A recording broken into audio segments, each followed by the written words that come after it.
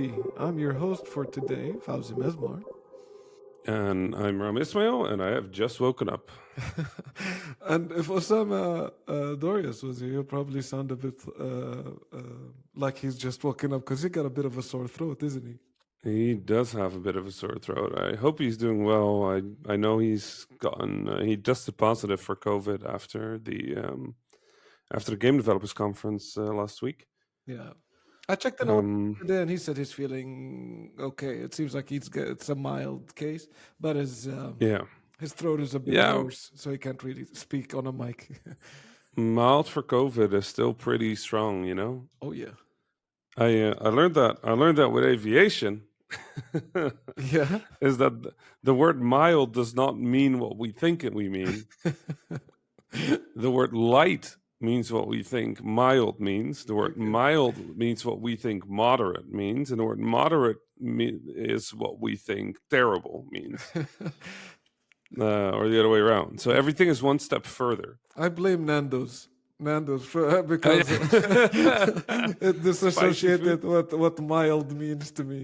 It it apparently mostly comes from weather. So when people say, there will be some mild wind or something, people think it means light wind, but it actually means like medium winds. Okay. And apparently, they just went into language, and now we all use mild as if it means not that much. I guess for you, before jumping on a plane, you probably want to know exactly Right, what's the wind condition. right. But then when people go like, "Oh, we have moderate turbulence," I'm like, "Oh, okay." And I go on the airplane, and my airplane is being rocked around like I'm on a. That's not great. And then you go like, "But you said moderate," and they're like, "Yeah, that means pretty intense." I'm like, "Wait, what?" You've been flying around in all kinds of places recently. I saw that you May flew over the Golden Gate Bridge. Yeah, Fauzi. I flew over the Golden Gate Bridge, and that's not even the coolest part of that story. Yeah. Um, so I got to fly in San Francisco. Hmm. This guy Nick at a local flight school just basically gave me the okay to fly with him, which I need because I'm not allowed since I don't have my license yet. I'm still training. I can't fly without an instructor in other countries. Right? Okay. If I want to fly in another country, I need somebody in the airplane next to me. Hmm. I went to flight school in Palo Alto, Nice. south of San Francisco, and we kind of talked through the plan. And I really had the Golden Gate Bridge as my bucket list item. Right, I've Nice. flown over the Grand Canyon, I've flown over the Hollywood sign. Obviously, I wanted to fly over the Golden Gate, and the guy just goes, "Okay, there's two ways of getting there. A, we can fly over the bay, which is beautiful, Yeah. or B, we can use something called the San Francisco International Transition." Hmm. Like, I don't even know what a transition is, mate. And he's like, well, it's basically a flight route where you have to keep the very specific rules. But if Okay. you do it, you can go through airspace that would otherwise be inaccessible. So there's parts of the air that are called Charlie or Bravo or Alpha airspace, and those are usually not accessible, right? You need special permission to go through them, and a lot of that airspace won't be accessible, especially if you haven't filed a flight plan or they're not aware that you're coming. Okay. Um, and these transition routes are basically special paths through that airspace that will let you through. Now, I've seen those everywhere. I've seen them in LA, and there's called a corridor, so they call it somewhere else. But there's a corridor that goes right over Los Angeles International Airport, Hmm. like literally over the middle of the runway. Wow. And the reason it's there is because obviously on either end of the runway, airplanes might be taking off. But Hmm. right over the runway, there will never be an airplane taking off. So they have a transition route, a corridor where you can fly a tiny airplane right over LAX. And it turns out they have a corridor like that in San Francisco that is usually open unless the winds are standing a very specific way, because then airplanes will be taking off in that direction. Hmm. So I started by flying over San Francisco International Airport. Nice. which is wild because you're just watching the Boeings like take off under you and Right? You land get to to the see right so of many you. planes that are around you, S- basically. Right. There's just Boeings landing to my left, to my right. There's like taxiing airplanes under me. Wow. Like you're watching aviation from like the realest spot possible. Yeah. So then we fly to San Francisco, and it's pretty cloudy. So we were pretty sure that we were not going to see the Golden Gate Bridge, right? Because it was very cloudy. And then the guy Nick goes like, you know what? Let's pop out to Sausalito because the clouds end somewhere around here, right? Hmm. So Sausalito is on the other side of the Golden Gate Bridge. It's the side of the Golden Gate that people usually don't think about. Yeah. um, so we fly there, and he's right. There's no clouds there, and he goes, "Well, do you want to pop under the clouds real quick and see the bridge?" I'm like, "Yeah, because we can't go through clouds, right? Visual flight rules means I can't go through clouds. Yeah. So I basically do a descending eight pattern. So I fly in the shape of an eight Yeah. as I descend, and I pop under the clouds, and there's the bridge. Oh, And wow. it's amazing. And I have this amazing photo because I gave the instructor the controls of the airplane for a moment. I have this amazing photo of the Golden Gate sitting under the clouds, and the clouds are exactly hitting the top of the bridge. And there's no other way to get that photo than be in an airplane or a helicopter or something. So I took that one. And then we decided to take the bay route on the way back, right? Yeah. Because there's less clouds. Yeah. So we take the bay route. And on the Bay route, you come across another Bravo airspace, but this is not as strict. This is Oakland International Airport. And around Oakland International Airport, there's a Bravo airspace so that small airplanes can't get in the way of landing Boeings, right? But they're relatively chill about it because it's not as busy an airport as San Francisco is, right? Yeah. So we fly into their Bravo after we get permission. And then the instructor suddenly looks at me and goes, "Hey, you want to do some touch and goes here?" Ah, wow.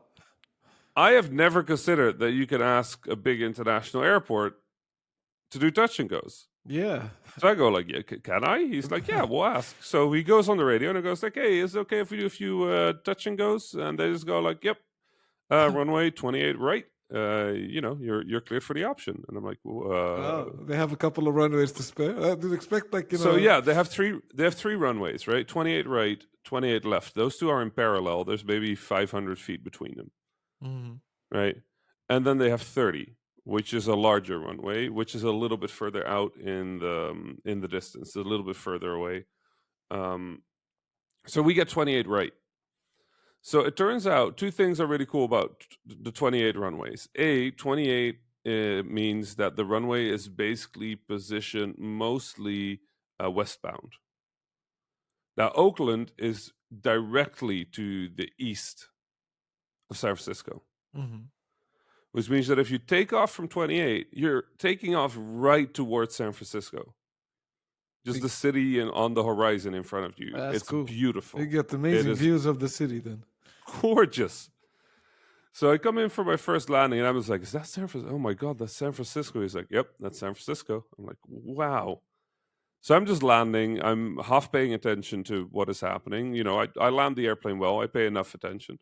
Um, but it's just a beautiful view. And like every time the airplane is like configured and it's going the right way and we're on the glide slope.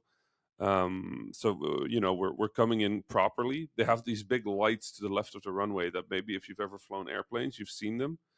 There's these four lights in a row. They're called a papi, Mhm. and they are a precision approach indicator. So they help you land properly. And they're just very simple lights. It's just four lights with a mirror in the middle. Yep. And the mirror is angled slightly different for each of them. And basically, the way they work is the top half of the lamp is white and the bottom half is red. Mhm. And because the angles are slightly different, at different altitudes, they'll show you a different color. Oh yeah.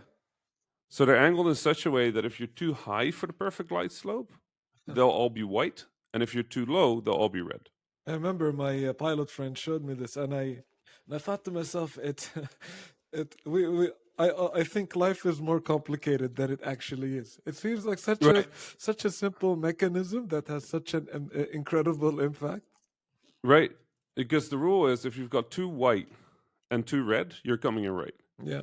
If you have too many white, right, you're coming in too high.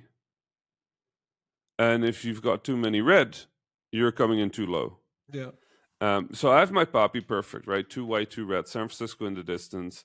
I touch down, I take back off. He goes, "You want to go again?" I'm like, "I want to go again." Mm-hmm. So we loop around and I go again, another landing, another takeoff. He goes, "One more?" I'm like, "One more."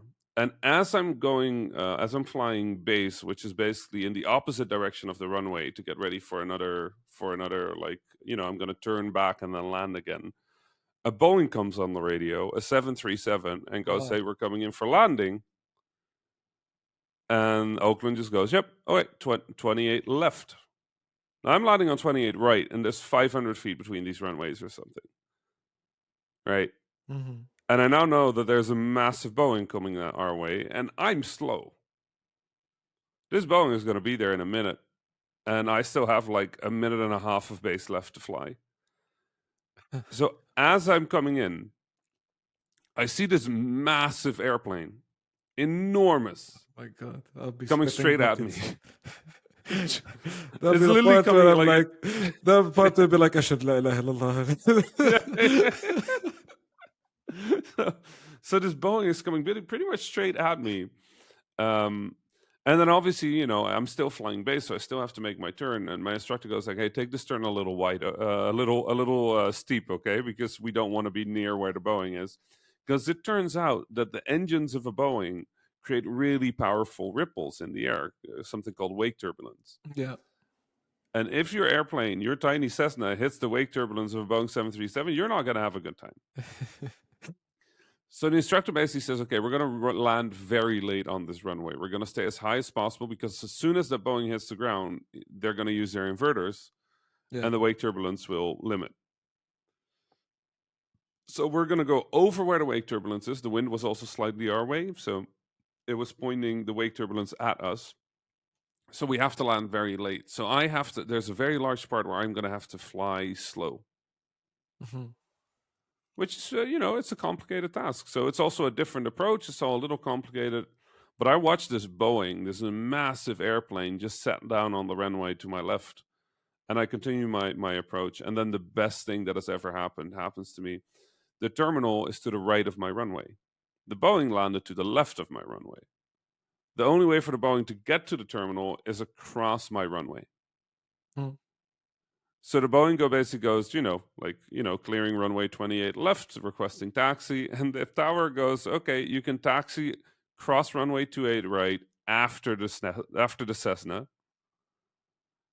and then continue to the terminal." So I got right of way from a Boeing 737. Wow. I just landed. I watched this giant airplane sit there waiting for me, accelerated, stared into the cockpit, and then flew off again. I bet this is not part of the standard aviation training. No, no, at least not in the Netherlands. We can't even get near Schiphol, man. Yeah. Like, they don't let us near that airport. Just that we can land at Oakland was wild. That's crazy. So Well, yeah, no, watching the Boeing sit there and waiting for me was just really good. wow, man, that's a hell of an experience. And like you said, if you can't get it in the Netherlands, it's good that you get experience it Yeah, like when you're traveling. yeah, it's good. So yeah, I really like the international travel because it's just different there. Like the airplane works the same, but everything else is different, and it's really nice to learn. Man, like you should update the Is Your Rami in the Netherlands website to which airspace is Rami at today? Oh my god, I should keep a list because I already have the data. I log all my flights. I can make a list of everywhere I've flown and make that available online or That something. would be That'd cool, be cool. man. That would be That cool. will be cool. Like people to keep track of your sky adventures. Anyway, how are you, Yafauzi? Because we haven't spoken for a while. Yeah, man. Life is went back to normal all of a sudden. It seems, Right. like overnight, the pandemic seems to be over, and life went back to normal. So I'm back on the plane as well, but as a passenger Yeah. mostly. I did my talk Yeah. at GDC, but remotely because, like Yeah. the event asked me to confirm if I was gonna come or not back in January, and January Right. was still insane. So I was Yeah. like, yeah, remote. We'll deal with that later. So I did the I talk. That was yeah, pretty I did fun. I did the opposite. I said I'll come, but you're gonna have to apologize. You're gonna have to forgive me if I don't go. Yeah, I, like I came back and forth so many times on this. Like, there's a part of me like I'm having so much fun when I'm not at GDC. These guys are having so much fun. Then Right. all these people got COVID. Did I dodge a bullet? uh, Yeah. I don't you know. can't tell. I'm still negative, and I'm kind of feeling like that's wrong, right? I mean, Uh, like before the pandemic, every time I went to GDC, I flew back with the flu. So yeah. I'm like, I had the flu every time after GDC, hands down. So I was like, this time it's gonna be COVID, and I have all these things that I need to do straight afterwards. So Right. maybe it's not worth the risk. This Friday Right. is my graduation, so I'm currently in the UK. My graduation ceremony for my master's got delayed by a year, but I'm No. finally doing that, wearing the hat and and all of Yeah. that. And then I'm off to business travel for the rest of the month. So Oh wow. yeah, You're doing it more hardcore than me. I uh, mean, I was in Saudi for the last few days. I was in GDC for the week, yeah. but that's uh that's going hard. Yeah, it's like I said, it's kind of like went back all at once, and I'm trying to kind of like sort things out between my personal schedule, my business schedule, speaking Right. engagements. So like, there are now like conferences are trying to book me for May, and I was like, oh, it's already Yep. booked, peeps. Like, Yep. you gotta have more than 2 months ahead if want to work something Yep. out. Yeah, I'm the same. I've also had to turn down somebody because they're double booking. Yeah. So We seem to be in very different speaker circuits, you I know? don't. I've noticed Yeah, that. I think you and I like interact on like the big events. But Right. but then we have the different thing. But like, because I lean more academic, and you lean more Right. or triple A, and you lean more indie. Yeah. So they have the different circles there. But then like at the big events, we're both there. Yeah. Yeah. I it's just really funny. I feel like we should do some work to make sure we end up at the same conference a bit more often because then we get to play some more Lethal League. Yeah, agree. Or like maybe that will be the time you finally onboard me on Destiny or something. Yes. Oh, Destiny is so good right now, but I'm not gonna bore you with that. It's really good right now We though. should sync up. We should sync up. Yeah. So It's probably the best it's ever been. I've been reading a lot on the internet, the discourse, and I've listened to Right. you talk about it last week. It sounds pretty dope. Oh yeah, yep. Yep. Yeah, That was a funny episode. Doing it in the park was a disaster and very good. it's so funny because I hear like the voices of people I know coming in and out of the Right. podcast. Yeah. It's funny. Yeah, so like Yeah, it was usually when good. I'm on the go, depending on where I'm going, if I know that where I'm going has a good internet connection, then Yeah. I'll be able to continue playing the games I'm playing via remote play. Right. So basically, more Elden Ring. Right. Uh, because like I can't move the PS5 anywhere. No. Yeah. It's not portable at all, and I'm playing Elden Ring on PS5. So like when I'm traveling, I'm only playing it on remote play. But Right. this trip I didn't play any Elden Ring just yet. But I started playing Ghostwire Tokyo on my PC. Okay. Yeah, Yeah. How is it? interesting game. Uh, it it feels very standard when it comes to the open world design. Right. But instead of towers, there's torii gates. Yeah. There's the different sections of the map. There's violent fog that will kill you unless you clear the torii gate, and then the fog disperses, and then now you can explore, get the collectibles, and do the side quests, stuff like that. Right. So like it's very familiar when it gets to that. Right. So it works. The setting for me is interesting because it's Shibuya. So Yeah. it's a part. Which, It's you a know, yeah.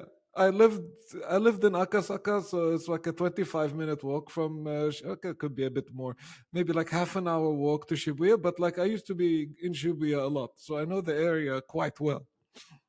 yeah. Living in the west side of Tokyo, so really know the area quite well. So for me, it's a bit nostalgic. It's kind of like the same nostalgia I get when I play a Yakuza game. Right. And we're just like, oh Yeah. yeah, I know this place, I know this area. Like I hang out here one night and all of the stuff. It makes me homesick when I play these kinds of games. and I Yeah. totally get a lot of homesickness playing Ghostwire Tokyo just because of the Shibuya setting. So Yeah. personally, I'm But attached in that way. is it just a normal? Is there anything good about the game, or is just the setting nice? So the setting, the the interesting part that I found good about the game so far, I am yet to see the like how far it develops. I played 3 hours of it, I think, over the past couple of days. There's no gunplay per se because right now I just shoot energy from my fingers and use a crossbow. Finger gun play. Yeah, I get finger gunplay. The finger gunplay is solid. When it comes to shooting lasers from your fingers and tangling enemies with like laser shaped lassos, it's there. Okay. But yeah, I am everything about this game is okay.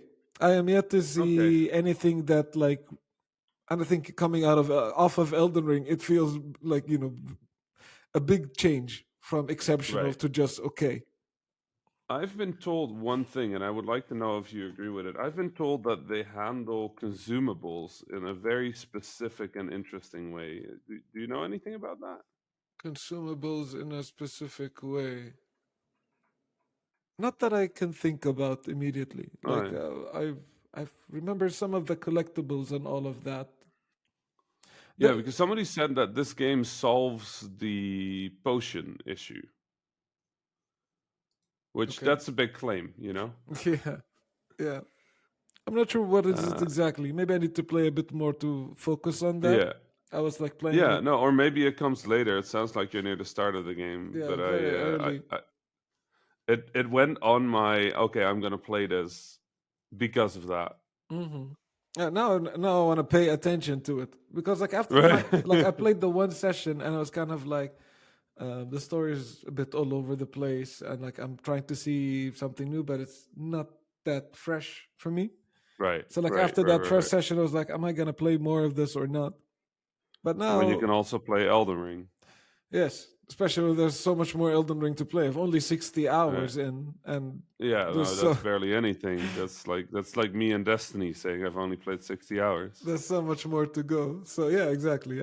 But I It was now knowing about the option stuff, the potion stuff, maybe I'll play some more and right. see what more I the game I has will to say offer. it was so funny listening to you guys do the Elden Ring episodes.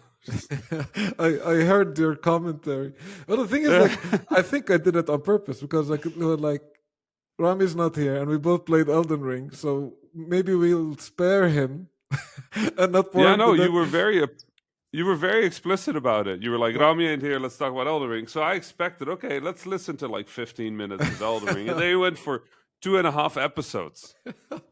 And I was like, yeah, yeah, Habibis.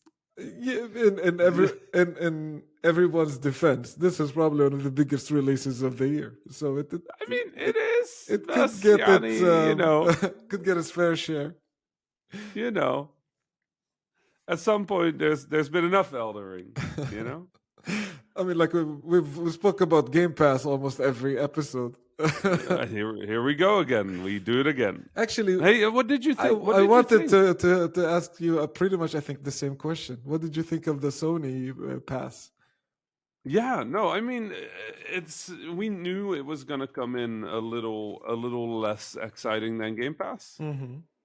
That was always gonna happen. Yeah, That did happen. it did. Yeah, Um, so there was nothing there that was particularly shocking to me.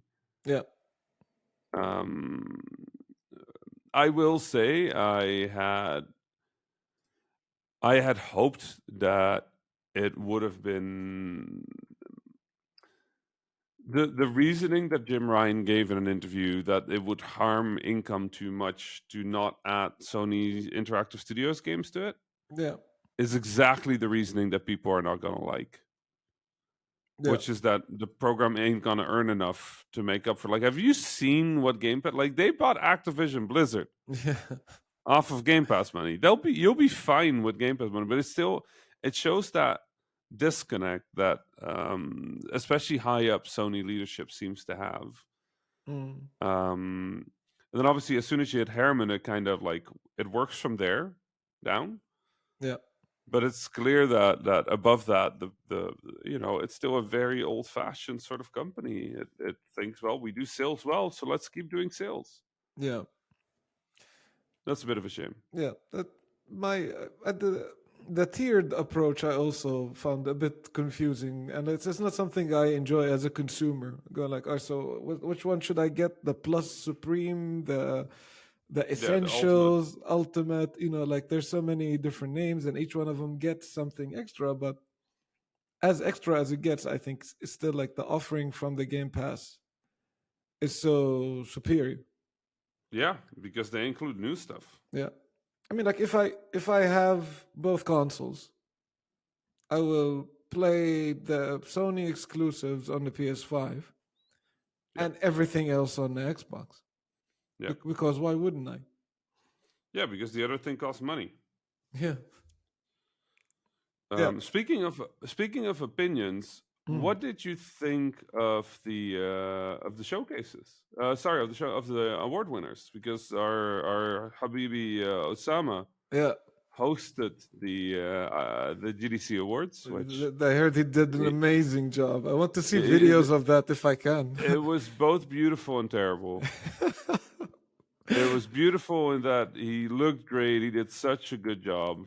Yeah. It was terrible in that he really brought his dad joke energy, like full on Well, maximum dad joke energy. you know what they say: when you're on stage, you gotta be you. he, Well, they didn't expect somebody to be that you as Osama. he went all in. I He love it. went hardcore. He opened with a knock knock joke. I love Did you know that? it. I heard. Yeah, I heard. He He mentioned. do you want to know the joke? Yes. You're gonna have to go along with me with this, okay? Okay. It goes knock knock. Who's there? Halo. Hello, who? Hello, everybody. Welcome to the game dev. That's how he started. Oh my God! Really, Osama? And No. then his third, and then hello, everybody. Welcome to the Game Developers Choice Awards 2022. I've been told to always start with my best joke to really set expectations. That's good. Now that part That's was good. really funny. That's good. That part was really good. That part killed me. But the dad joke energy was exactly the Yeah, energy that the Halo joke had but now when you for the say full the show. whole thing, it's pretty brilliant comedy. You got the setup, Yeah, that then was the good. punch. That was good. Yeah. I was immediately tired. But he did such a wonderful job. Oh, that sounds awesome.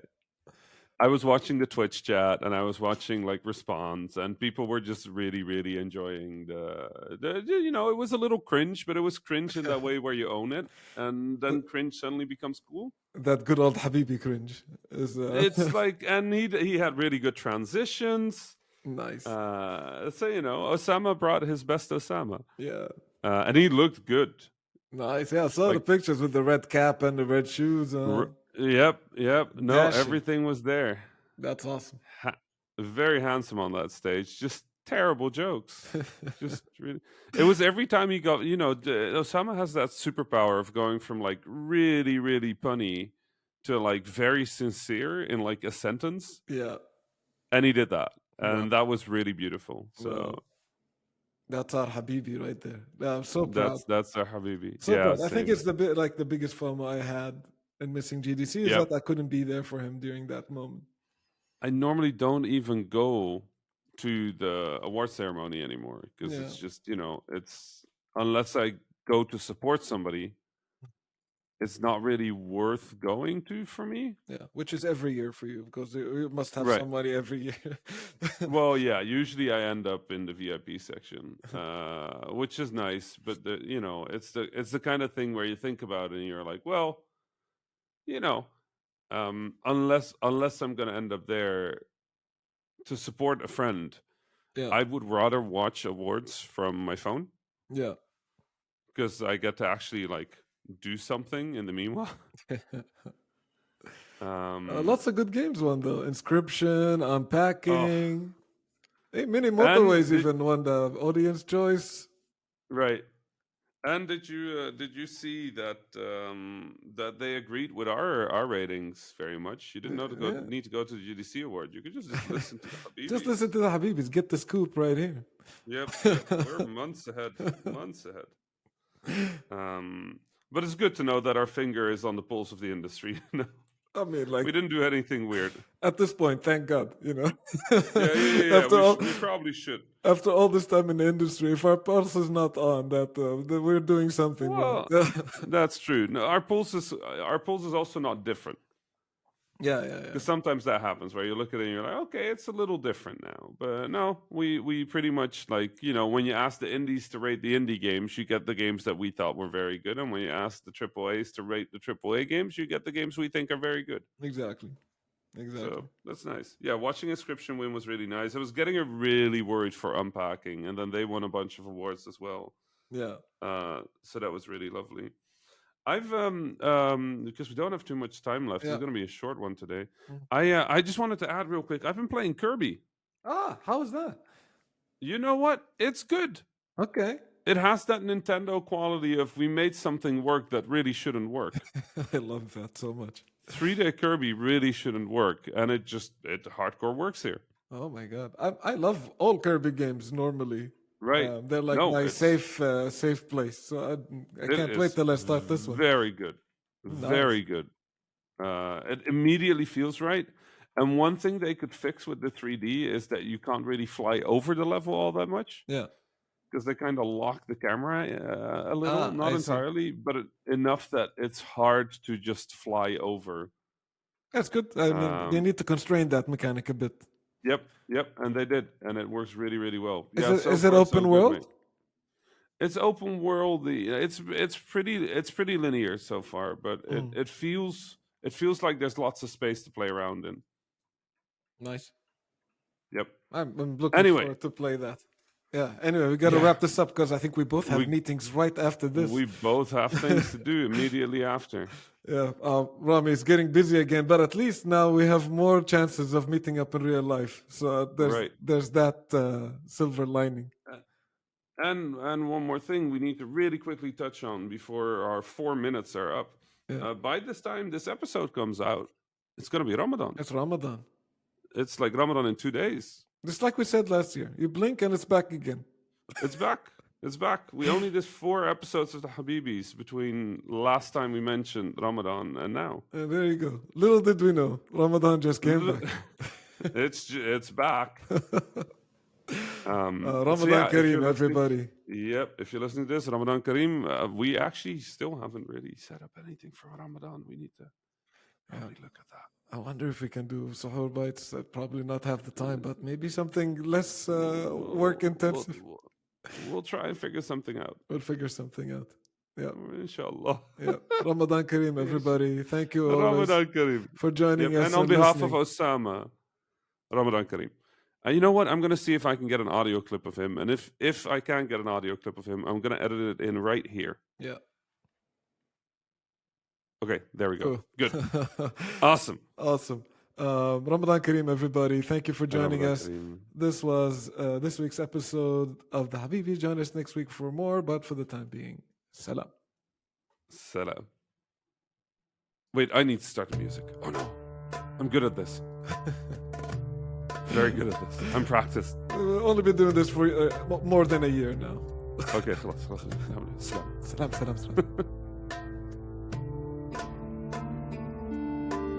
That was the Habibis podcast for this week. I am Fawzi Masmar, your host for this episode. You can find me on Twitter at Fawzi Masmar.